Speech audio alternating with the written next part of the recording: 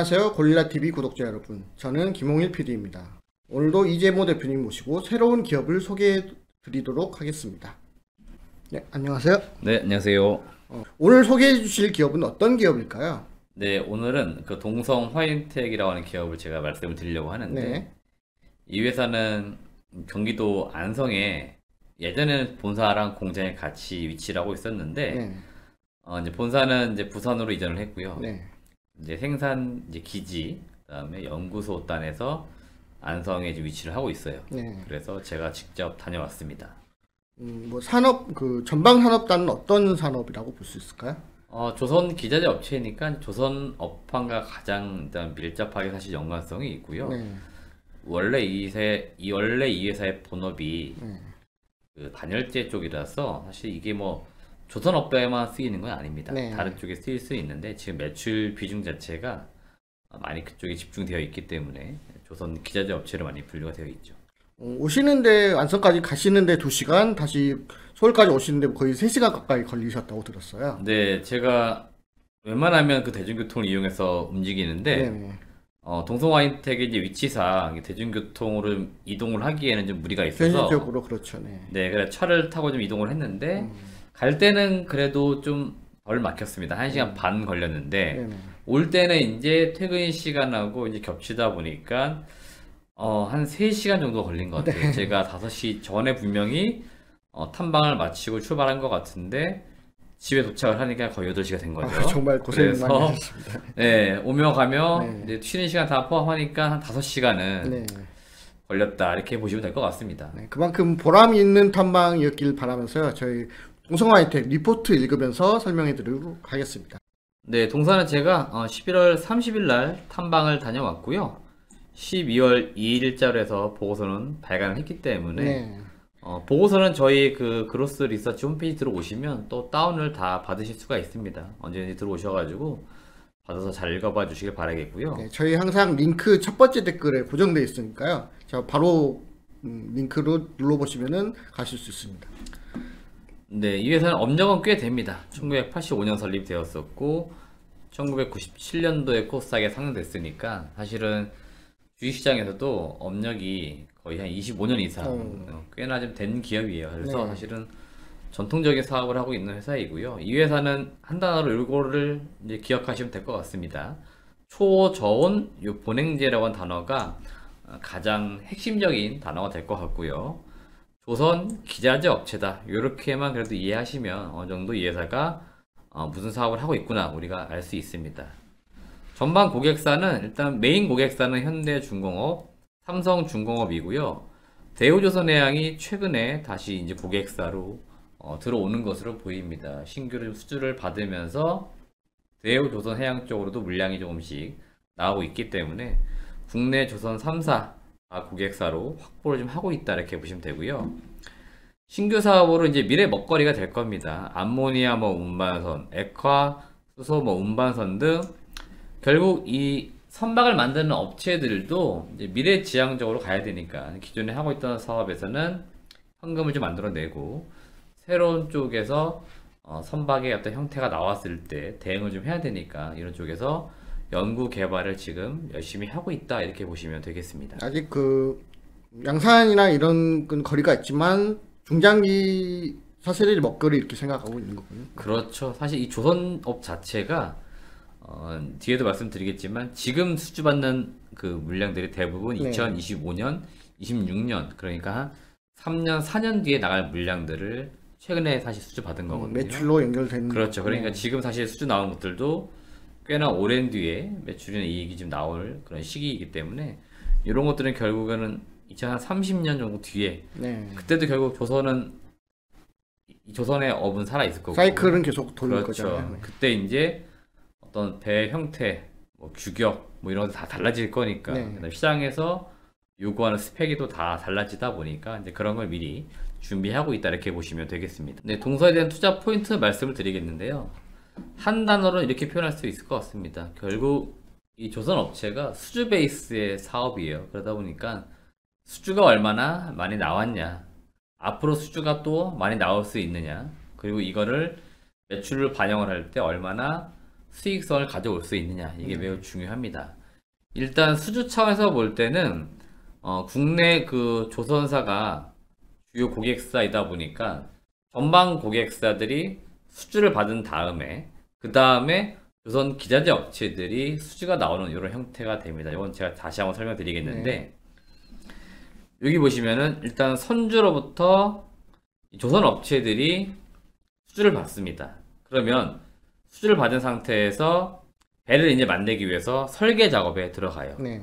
그럼 이 설계 작업이 대략 한 6개월에서 길면은 1년 정도가 소요가 된다고 합니다. 그 이후에 다시 조선 기자재 업체들에게 발주를 줍니다. 그러면 예를 들어서 LNG 뭐 본행제 관련돼서는 동성 화인텍이 사업을 하고 있다. 네. 그러면 동성 화인텍에게 발주를 조선 업체들이 줍니다. 화인텍 입장에서 볼 때는 수주를 받는 개념이죠. 네. 그래서 요 어떤 밸류 체인의 사이클을 가지고 있기 때문에 결국 선주들이 조선 업체, 다시 조선 업체들이 조선 기자재 업체들에게 발주를 주는 요 사이클을 잘 이해하시면 좋습니다. 그러니까 저희가 그 조선사 수주를 볼 때 만약에 LNG 운반선이 수주가 나왔다 그러면은 6개월 후에 한국카본이나 동성화이텍 같은 기업도 수주를 받을 것이다 이렇게 생각하면 되겠네요. 네, 맞습니다. 정확하게 이해하고 계신 거고요. 네. 그래서 여러분들 잘 아시겠지만 21년도 그리고 22년도에 LNG 운반선 관련해서 굉장히 수주가 사실 많이 나왔고 뭐 슬롯이 뭐 넘칠 정도로 받았다라는 이야기도 나올 정도로 수주는 굉장히 많았었고요. 네, 사실 그 2021년은 그렇다 쳐도 22년에 러시아 우크라이나 전쟁이 나면서 사실은 많은 기업들이 피해를 받고 생활에도 어려움이 있었지만 LNG 운반선 그 수주가 늘어나면서 이쪽 조선 계열은 좀 어떻게 보면 수혜주로 볼 수 있다 이렇게 이야기가 많이 나왔었잖아요. 그렇죠. 네. 그래서 어떻게 보면 호황을 좀 누렸죠. 네. 그래서 한때 시장에서는 태조 이방원에서 네, 태조 이방원. 그렇죠. 네. 조선업이 중요한 또 산업의 섹터처럼 네. 부각된 적이 한번 있었습니다. 동사 같은 경우에도 워낙에 조선업체 수주가 많았었기 때문에 그 이후로 수주를 많이 받았는데 21년도에 대략 한 8,800억 수주를 받았고 네. 22년도에 지금 마무리되진 않았지만 한 8천억 정도의 수주를 받을 것으로 보입니다. 그래서 11월 말 기준, 제가 이제 탐방 갔을 때 기점으로 보시면은 수주 잔고가 한 1조 7천억 정도가 남아 있던 거고요. 이 금액은 대략 한 4년 정도의 일감은 남겨놓은 거다 이렇게 보시면 됩니다. 그렇기 그러면 때문에 최근에 1년 동안 각각 2년치씩 일감을 한 번에 받은 거네요. 네, 그렇죠. 그러다 보니까 사실은 이 동성 화인텍을 비롯한 조선 기자재 업체들은 이제 수준 다 받아놨기 때문에 네. 이걸 가지고 얼마나 매출로 잘 반영을 시켜 나가냐 이게 매우 중요하고요. 네.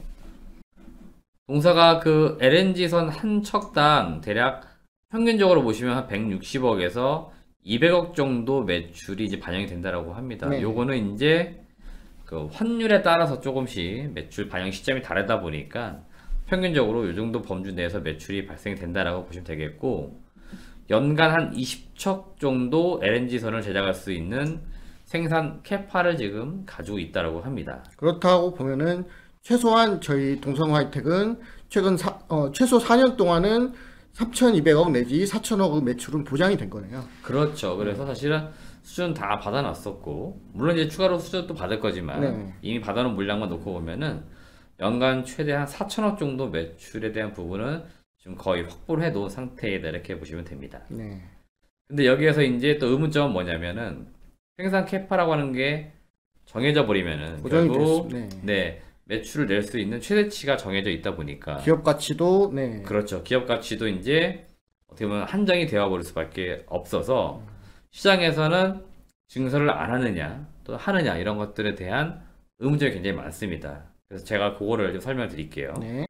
그럼 동성화이텍 증설은 어떻게 진행되고 있을까요? 네, 제가 앞서도 말씀드린 것처럼 동사가 이 LNG선으로 보시면은 LNG선 기준으로 1년에 20척 정도 만들 수 있는 캐파를 가지고 있습니다. 네. 그러면은 이거는 매출이 이제 고정될 수밖에 없기 때문에 결국 이제 증설을 할 수밖에 없었고 동사가 요 대우조선해양이랑은 몇 해 동안 거래가 없었어요. 근데 아마도 21년도 그 하반기 정도 해서 대우조선 쪽에서 발주가 나오면서 동사가 일부 수주를 했습니다. 네. 그러니까 기존에 삼성중공업, 현대중공업 물량도 하기 바쁜데 추가로 지금 물량이 더 늘어나 버렸죠. 그렇죠. 그래서 증설을 할 수밖에 없었다. 그래서 동사가 21년도 11월에 교환사채 발행을 해가지고 자금을 123억 정도 조달을 했습니다.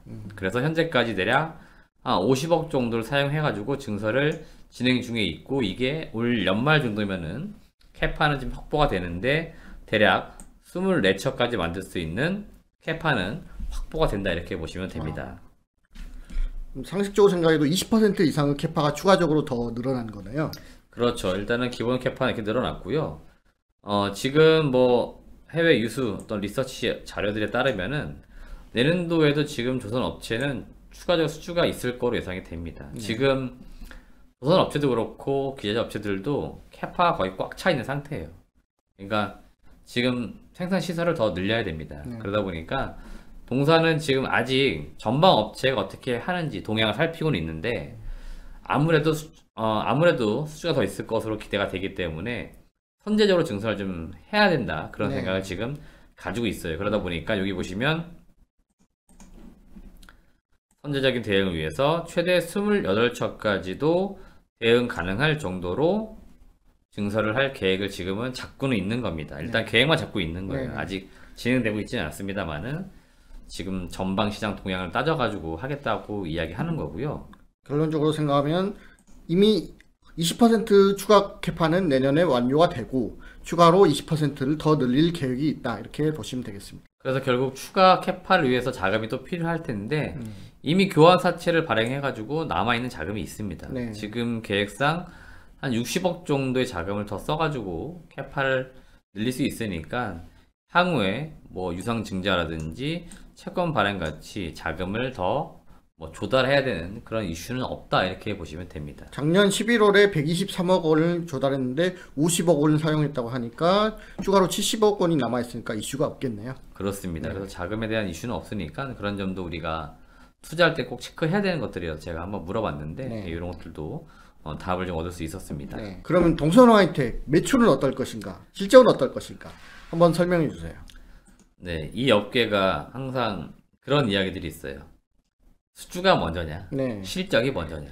네.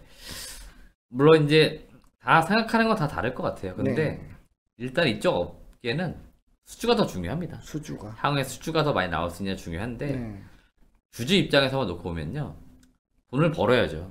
수주만 받으면 뭐예요, 그죠? 그래서 그렇죠. 우리는 이제 투자자이기 때문에 돈을 벌 수 있느냐 이거 따져봐야 되는데 동사 일단 22년도 같은 경우에는 매출액은 한 4,400억, 이건 최대치입니다. 지금 환율도 좀 고려했을 때 나올 수 있는 부분이고요. 영업이익은 대략 한 300억 정도에서 이제 마무리가 되고요. 내년도 실적을 잘 보시면은 매출액이 이제 캐파가 늘어났으니까 5천억에 영업이익은 450억, 당기 순이익은 300억까지도 지금 전망이 되고 있기 때문에 이걸 한번 고려해 보시면 좋을 것 같고요.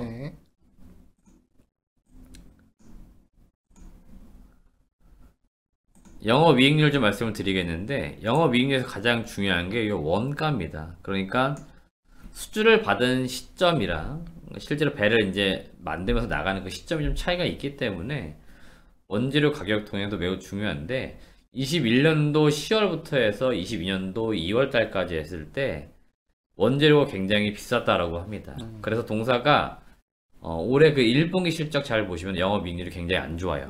근데 1분기, 2분기, 3분기 가면 갈수록 이익률이 개선되는 것처럼 보이는데, 이거는 원재료 가격이 그 기간 동안 내려갔기 때문에 그 기간 동안 매출을 인식해가는 과정에서 영업이익률이 좀 개선된 것처럼 보이고 있는 거고요. 실제로도 좋아지고 있고요. 내년도에는 제가 좀 보수적으로 대략 한 8에서 9% 정도, 사실 회사에서 이야기하기로는 하이 싱글 정도 영업이익률이 나온다, 이렇게 많이들 표현하세요. 하이 싱글이라고. 뭐냐면 대충 8 아니면 9입니다. 그러니까 8, 9% 나오는 거고 두 자릿수는 안 나온다는 거죠. 그래서 어렵게 이야기하는데요, 그냥 맥시멈 한 9% 봤을 때 매출 5천억 나오는 거니까 9, 5, 45 하면 450억 나오는 거죠. 그래서 뭐 올해는 한 300억 마무리 되고 내년도 450억 이상 영업이익 나와준다, 그러면 실적 자체가 개선되는 게 눈에 보이는 거니까 좀 중요하다라고 또 볼 수 있습니다. 그러니까 매출액은 20% 늘어나는데 영업이익은 50% 늘어난다면 되게 영업 레버리지 효과랑 그 원가 절감 효과가 많이 작용한 거네요. 그렇습니다. 네. 이제 마지막으로 투자 의견과 투자 전략 한번 세워주시기 바랍니다. 네, 제 투자 의견은 일단 매수이고요. 목표 주가는 15,000원을 좀 제시해 드리겠습니다. 제가 밸류에이션을 좀 계산해 봤을 때 지금은 PER이 대략 한 11배 정도에서 거래가 되고 있고요. 제가 타겟 PER을 15배로 잡았는데 이 LNG 본행제 쪽에서 항상 비교되고 있는 기업이 이 한국카본인데 네. 한국카본의 제가 2년간 평균 PER을 보니까 30배 이상씩을 지금 받고 있습니다. 그래서 지금 굉장히 고 밸류를 지금 받고 있는데 네. 상대적으로 동성 화임텍이 PER 11배이니까 굉장히 지금 저평가 되어 있다라고 저는 개인적으로 느꼈기 때문에 네. 뭐 최소한 15배까지는 그래도 뭐 갈 수 있지 않겠어? 이러한 이제 밸류를 제가 계산한 거고요. 그래서 타겟 PER을 이 정도 잡았고 그랬을 때 목표 주가가 한 15,000 정도 나온다 이렇게 보시면 되겠고 투자 전략 차원에서는 이 기업은 좀 변동성이 큰 종목은 아닙니다. 절대로. 네. 그래서 바닥에 있다가 언젠가 추세가 이렇게 올라서는 시점들이 분명히 온다라고 보는데 그 시점들을 우리가 기다리는 거죠. 그래서 저점에 매수했다가 기다리는 바이앤드 홀드 전략을 저는 개인적으로 권해드리고 전형적인 가치 투자 종목입니다. 그래서 이 종목은 가치 투자 좋아하시는 분들이 좀 접근하시면 좋겠다 이런 말씀을 좀 드리고 싶습니다. 오늘 지금까지 동성 화이텍에 대해서 알아봤고요. 앞으로도 이재모 대표님과 함께 또 좋은 기업으로 다시 찾아뵐 것을 약속드리겠습니다. 감사합니다.